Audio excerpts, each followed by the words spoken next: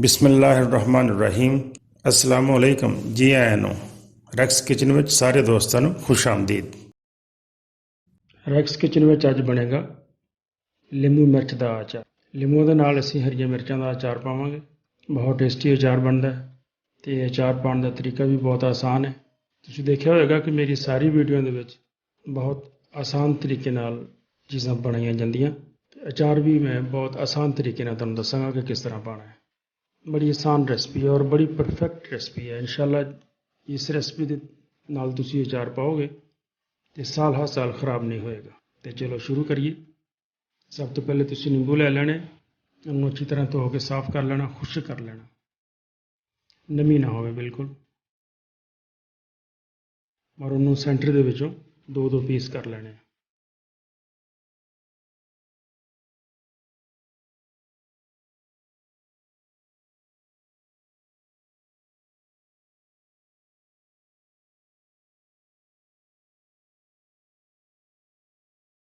ਇਸ ਤਰ੍ਹਾਂ ਸਾਰੇ ਨਿੰਬੂ ਕੱਟ ਲੈਣੇ। ਉਸ ਤੋਂ ਬਾਅਦ ਤੁਸੀਂ ਉਹਨੂੰ ਮਸਾਲੇ ਲਾਓਗੇ। 2 ਚਮਚ ਨਮਕ,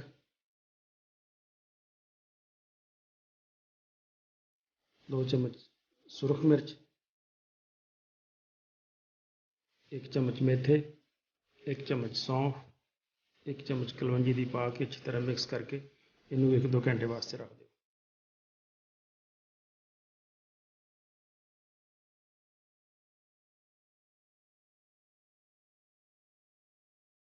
ਅਸੀਂ ਹੁਣ ਮਿਰਚਾਂ ਦੀ ਤਿਆਰੀ ਕਰਦੇ ਹਾਂ। ਸਭ ਤੋਂ ਪਹਿਲੇ ਅਸੀਂ ਮਿਰਚਾਂ ਦਾ ਮਸਾਲਾ ਬਣਾਵਾਂਗੇ ਜਿਹੜਾ ਅਸੀਂ ਮਿਰਚਾਂ ਦੇ ਵਿੱਚ ਫਿਲ ਕਰਨਾ ਹੈ। ਇਹਦੇ ਵਾਸਤੇ 2 ਚਮਚ ਨਮਕ ਦੇ ਪਾ ਲਓ, 2 ਚਮਚ ਲਾਲ ਮਿਰਚ ਦੇ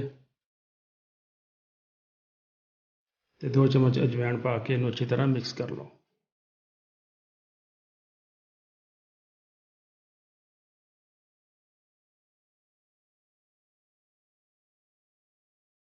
ਤੇ ਮਸਾਲੇ ਨੂੰ ਥੋੜ੍ਹਾ ਜਿਹਾ ਗਿੱਲਾ ਕਰਨ ਵਾਸਤੇ ਅਸੀਂ ਇਹਦੇ ਵਿੱਚ 2 ਨਿੰਬੂ ਕੱਟ ਕੇ ਉਹਨਾਂ ਦਾ ਰਸ ਜਿਹੜਾ ਉਹ ਨਿਚੋੜ ਲੈਂਦੇ ਹਾਂ ਤਾਂ ਕਿ ਮਸਾਲੇ 'ਚ ਥੋੜ੍ਹੀ ਜਿਹੀ ਨਮੀ ਆ ਜਾਏਗੀ ਅਤੇ ਮਸਾਲਾ ਫਿਲ ਕਰਨਾ ਆਸਾਨ ਹੋ ਜਾਏਗਾ।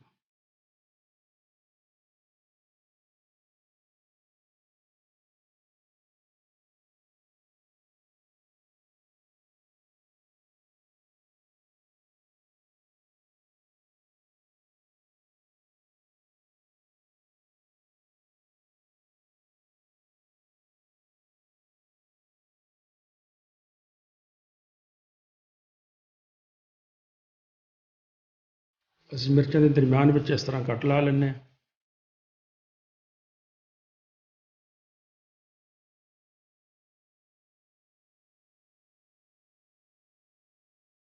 ਸਾਰੀਆਂ ਮਿਰਚਾਂ ਨੂੰ ਇਸ ਤਰ੍ਹਾਂ ਕੱਟ ਲਵੋ।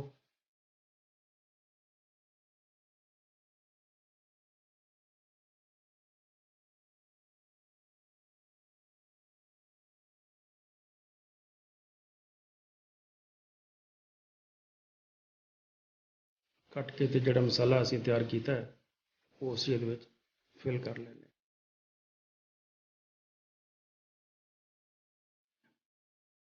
ਸਾਰੀਆਂ ਮਿਰਚਾਂ 'ਚ ਇਸ ਤਰ੍ਹਾਂ ਤੁਸੀਂ ਮਸਾਲਾ ਪਾ ਲਓ।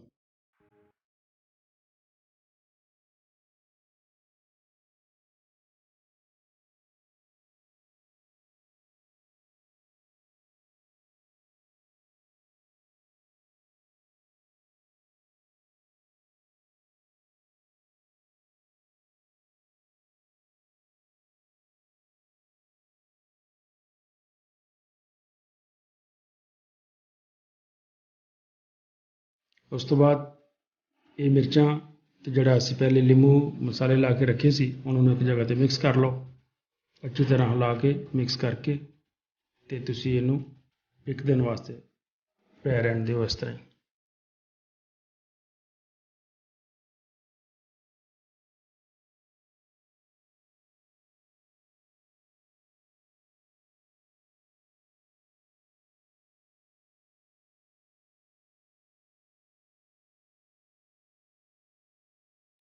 ਅਗਲੇ ਦਿਨ ਫਿਰ ਅਸੀਂ ਇਹਨਾਂ ਨੂੰ ਜਾਰ 'ਚ ਪਾ ਲਾਂਗੇ।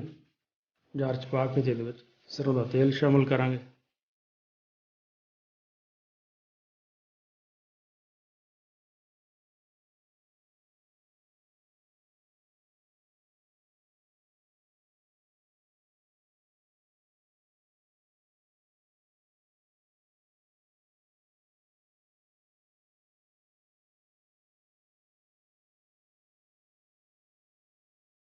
ਸਰੋਂ ਦਾ ਤੇਲ ਤੁਸੀਂ ਜ਼ਿਆਦਾ ਪਾਉਣਾ ਹੈ, ਇੰਨਾ ਕਿ ਤੁਹਾਡਾ ਸਾਰਾ ਅਚਾਰ ਸਰੋਂ ਦੇ ਤੇਲ ਵਿੱਚ ਡੁੱਬ ਜਾਏ।